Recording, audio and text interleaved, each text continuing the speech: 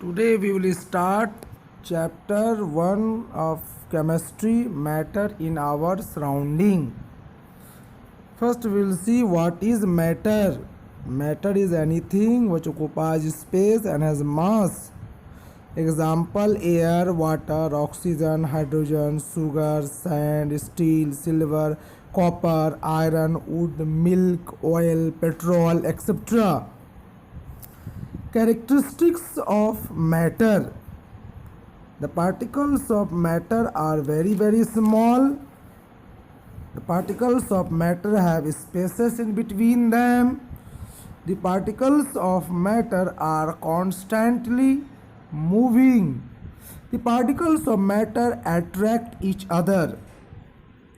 Now we will perform an activity to know that particles of matter have some spaces between them. We will take a 100 ml beaker and fill half the beaker with water and mark the level of the water. We will dissolve some sugar or salt in the water in the beaker by stirring it with a glass rod. When all the sugar has dissolved, we will get a solution. When we look at the level of the solution in the beaker, we will find that the level of the solution in the beaker is at the same mark where water level was initially in the beaker. The level has not increased, the volume has not increased. That means we come to the conclusion that the particles of matter have small spaces in between them, and in those spaces the sugar particles got dissolved.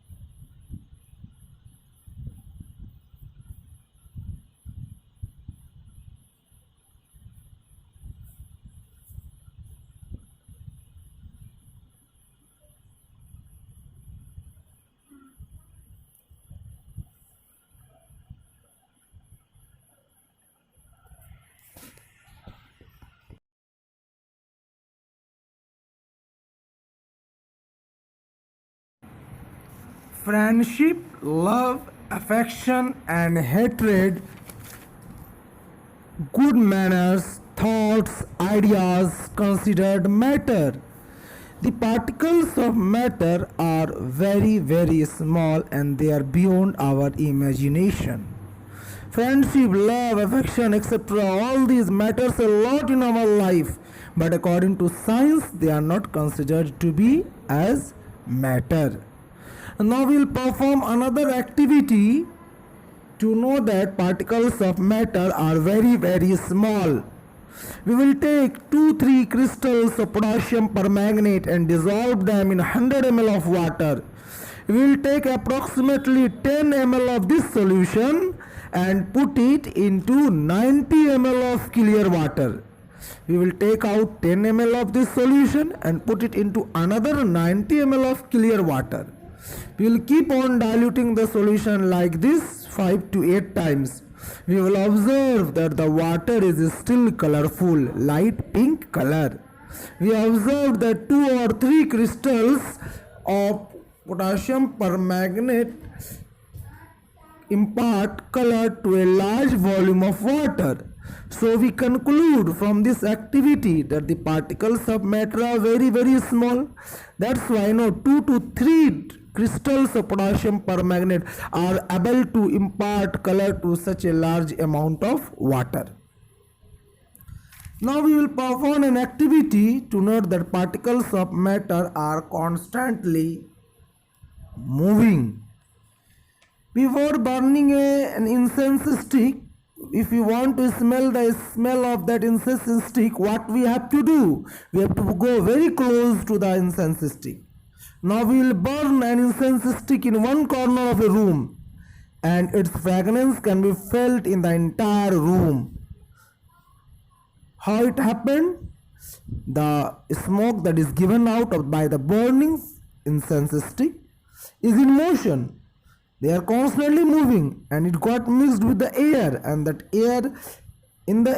air reaches to us far other corner of the room, and then we are able to feel the smell of the burning incense stick. Thus, we come to the conclusion that particles of matter are constantly in motion. Now we will perform an activity to know that particles of matter have attracting force acting between them. What we will do? We will take a piece of chalk, a cube of ice, an iron nail, and beat them with a hammer, each of them.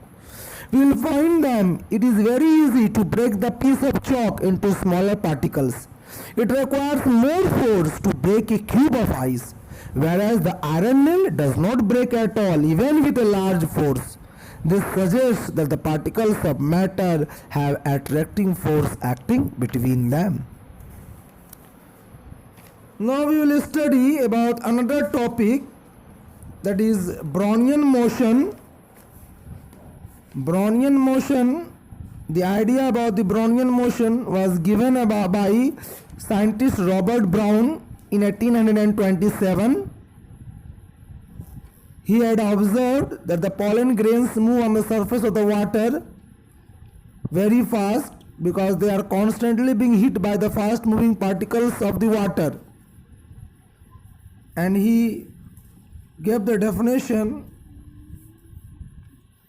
of this motion as the zigzag movement of the small particles suspended in liquid or a gas. So how do we define Brownian motion? The zigzag movement of the small particles suspended in a liquid or a gas is called Brownian motion. We call this type of motion as Brownian motion because it was given by Robert Brown. So in order to give honor to the scientist, we have given the name as the Brownian motion. Next we have rigid and fluid. What does rigid mean? Rigid means unbending or inflexible.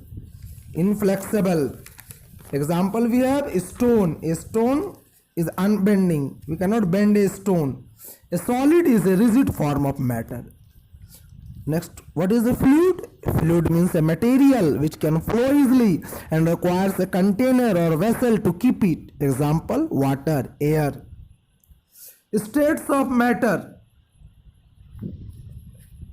States of matter. Solid, liquids and gases are called the three states of matter. Properties of solids. Solids have a fixed shape, fixed volume, cannot be compressed, have a high densities, do not flow, and solids do not fill their container completely. Properties of liquids. Liquids do not have fixed shape, they have fixed volume, cannot be compressed, have moderate densities, flows easily, do not fill their container completely. Properties of gases. Gases do not have a fixed shape, do not have fixed volume, can be compressed easily and have very low density, flows easily, fill their containers completely. So there are certain properties in a given size, is a solid or a liquid or a gas. Properties are: number one, the space in the particles. Space, it is a solid. A little more space, liquid. And if there is a maximum space between the particles, it is a gas. Second point is force of attraction between the particles. If the strongest is the force of attraction, it is a solid. Less strong, it is a liquid. And a negligible is force of attraction, it is a gas. And the last point is the amount of movement of the particles or the kinetic energy. The minimum kinetic energy is in the solids. More amount of movement or kinetic energy in liquids. And the maximum kinetic energy or the maximum amount of movement is in case of gases.